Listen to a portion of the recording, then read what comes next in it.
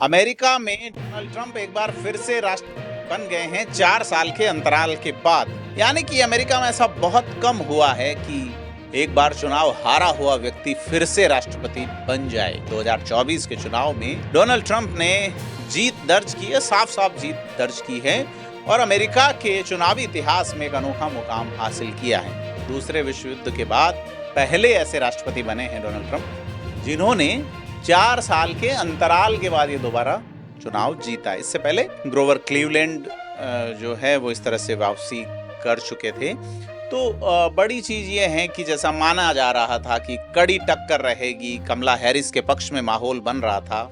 Donald Trump ने अपने पहले भाषण में क्या कहा, और बात करते हैं कि भारतीयों को बड़ा इंटरेस्ट आता है अमेरिका के चुनाव में बीते कुछ सालों से कि भारतीय मूल वाला मामला, कमला हैरिस जिनकी मां भारतीय पिता जमैकन, वो राष्ट्रपति का चुनाव लड़ रही थी। अगर जीत जाती तो अमेरिका की पहली महिला राष्ट्रपति होती। वो अमेरिका में पहली भारतीय महिला सीनेटर रही, वो पहली उपराष्ट्रपति महिला रही एवर, और भारतीय मूल, हालांकि उनका जन्म अमेरिका में हुआ था। और बड़ी चीज ये है कि अब भारत वाले कनेक्शन निकाल ही लेते हैं थीम और मीम पे कि जो उपराष्ट्रपति बन रहे हैं विंस, उनकी पत्नी भारतीय हैं।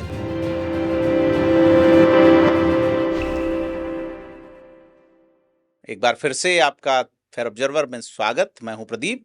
आपने अभी तक अगर फेयर ऑब्जर्वर हिंदी को सब्सक्राइब नहीं किया तो सब्सक्राइब जरूर करें। तो रिपब्लिकन पार्टी राष्ट्रपति के चुनाव में 538 सीटों में से 277 प्राप्त कर चुकी हैं। जादुई आंकड़ा 270 वाला आसानी से छू लिया। दूसरी ओर डेमोक्रेटिक पार्टी की उम्मीदवार कमला हैरिस, जिनका जिक्र कर चुके हैं हम, 224 सीटों पर सिमट गई। ट्रंप की जीत अहम है और विशेष रूप से जब ट्रंप ने स्विंग स्टेट में मजबूत प्रदर्शन किया। स्विंग स्टेट बता दें, हम पहले भी फेयर ऑब्जर्वर के प्रधान संपादक अतुल सिंह के साथ बातचीत में इस चीज को क्लियर कर चुके कि स्विंग स्टेट वे राज्य होते हैं जहां दोनों पार्टियों के बीच वोटों का अंतर कम रहता है, ये किसी भी ओर झुक जाते हैं। इस बार ट्रंप ने इन राज्यों में बड़ा उल्लेखनीय प्रदर्शन किया है और जो यही राज्य पिछले चुनाव में ट्रंप के लिए एक चुनौती थे। अब सीनेट में भी रिपब्लिकन पार्टी को बहुमत प्राप्त हुआ है। ऐसे में हाउस ऑफ जो है हाउस है अमेरिका का, सीनेट जो कि 50 मेंबर जिसके होते हैं और बड़ा प्रभावी माना जाता है, तो 50 का बहुमत रहता है यहाँ पे।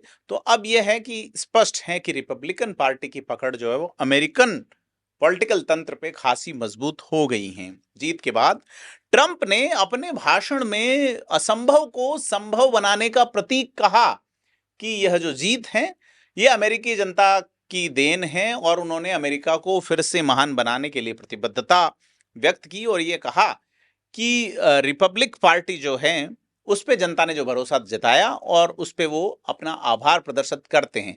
लेकिन एक बड़ी चीज ये भी है कि इसमें उन्होंने सीधे तौर पे एलन मस्क को उभरता हुआ नया सितारा बताया है।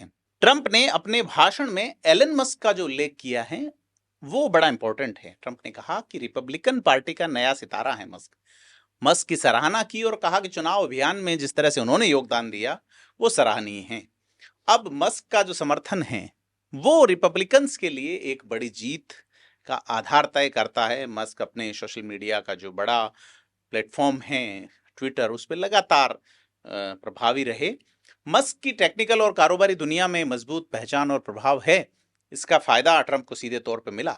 तो आने वाला जो बिजनेस है खास करके इंडिया में, आप देख सकेंगे कि स्टारलिंक जो है, अगर डोनाल्ड ट्रंप मस्क को प्रमोट करते हैं पूरी दुनिया में तो आर्थिक तंत्र पे खासा प्रभाव पड़ेगा। क्या प्रभाव पड़ेगा इस पे हम डिटेल एक और इंटरव्यू करेंगे हमारे जो प्रधान संपादक हैं उनके साथ में। बड़ा सवाल, जैसा मैंने इंट्रो में कहा, कि भारत और अमेरिका के संबंधों पे डोनाल्ड ट्रंप के जीतने का क्या प्रभाव पड़ेगा। चूंकि नरेंद्र मोदी ट्वीट करते हैं डोनाल्ड ट्रंप के जीतते ही मेरे दोस्त डोनाल्ड ट्रंप को राष्ट्रपति बनने की बधाई, तो अब डोनाल्ड ट्रंप और नरेंद्र मोदी के बीच व्यक्तिगत संबंध अच्छे रहे हैं। ट्रंप मोदी को अपना मित्र बता चुके हैं और मोदी ट्रंप को। अब बड़ी चीज यह है कि भारत और अमेरिका के बीच में जो रक्षा संबंध और सामरिक सहयोग कैसा रहेगा, मजबूत होगा या चीजें चेंज होगी, क्योंकि चीन से बाइडेन की मित्रता किसी से छिपी हुई नहीं। ट्रंप पहले कार्यकाल में भी भारत के साथ जो है क्वाड को मजबूती देने के पक्षधर थे। क्वाड जो कि अमेरिका, ऑस्ट्रेलिया, भारत और जापान का जो संगठन है, चूंकि ये क्वाड जो है वो एशिया पैसिफिक जो है वहाँ चीन के बढ़ते प्रभाव को नियंत्रित करने का एक प्रयास है। और भारत और चीन के बीच जो चीजें चली हैं उस पे ट्रंप का जीतना बड़ा मायने रखता है। क्योंकि और अगर इसमें अपन ये बात देखें कि ट्रंप का जो डायलॉग अमेरिका फर्स्ट वाला, उनका जो दृष्टिकोण अमेरिका फर्स्ट है, वो भारत के लिए कुछ इकोनॉमिक प्रॉब्लम्स ला सकता है। क्योंकि पहले कार्यकाल में अमेरिकन इंडस्ट्रीज को संरक्षण देने के लिए कई देशों से आयातित वस्तुओं पे भारत जो है वो टैरिफ बढ़ाता है, उसमें भारत भी शामिल था। अब ट्रंप अगर अपने दूसरे कार्यकाल में भी ऐसी ही नीतियां जारी रखते हैं तो इंडस्ट्रियल जो सेगमेंट है, भारतीय उद्योग या व्यापारी, वो थोड़ा सा इससे प्रभावित हो सकते हैं, असर पड़ सकता है थोड़ा या बड़ा। कितना उनको प्रिविलेज मिलता है, बड़ी चीज है। दूसरा जो सबसे बड़ा प्रभाव भारत पे पड़ेगा कि ट्रंप के कार्यकाल में प्रवासियों की नीति भी बड़ा मुद्दा बनी थी। कड़े रुख के कारण भारतीय जो टेक्नोक्रेट्स हैं, टेक्नोलॉजी प्रोफेशनल्स हैं, उनके लिए H1B वीजा के नियमों में सख्ती आई थी, जिससे भारत के आईटी सेक्टर पर एक नेगेटिव इंपैक्ट पड़ा था।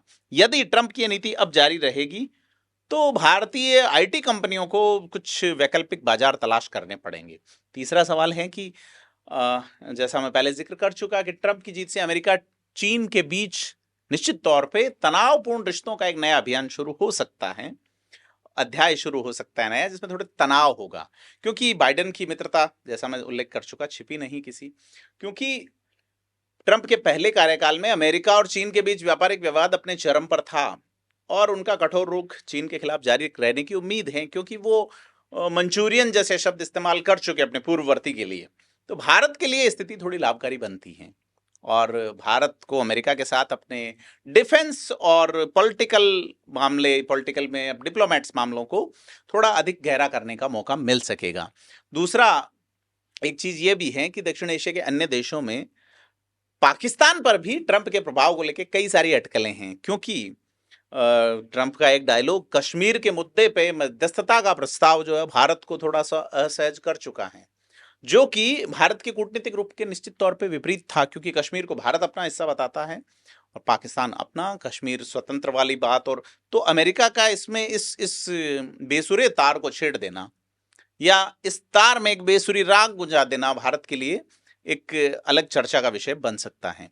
चूंकि अब अमेरिकी संसद के दोनों सदनों, सीनेट और हाउस ऑफ रिप्रेजेंटेटिव्स में अमेरिकन में जो ये ट्रंप की पार्टी है रिपब्लिकन, उन्होंने बहुमत हासिल कर लिया है। सीनेट में 51 सीटों पे हासिल की हैं, जो बहुमत के लिए आवश्यक 50 सीटों से अधिक है। और हाउस ऑफ रिप्रेजेंटेटिव्स में रिपब्लिकन पार्टी ही लीड में रही है। तो सारी चीज ये हैं कि ट्रंप जो है वो भारत में जो डेमोक्रेटिक वैल्यूज या ह्यूमन राइट के वैल्यूज उनको लेके क्या सोचते हैं।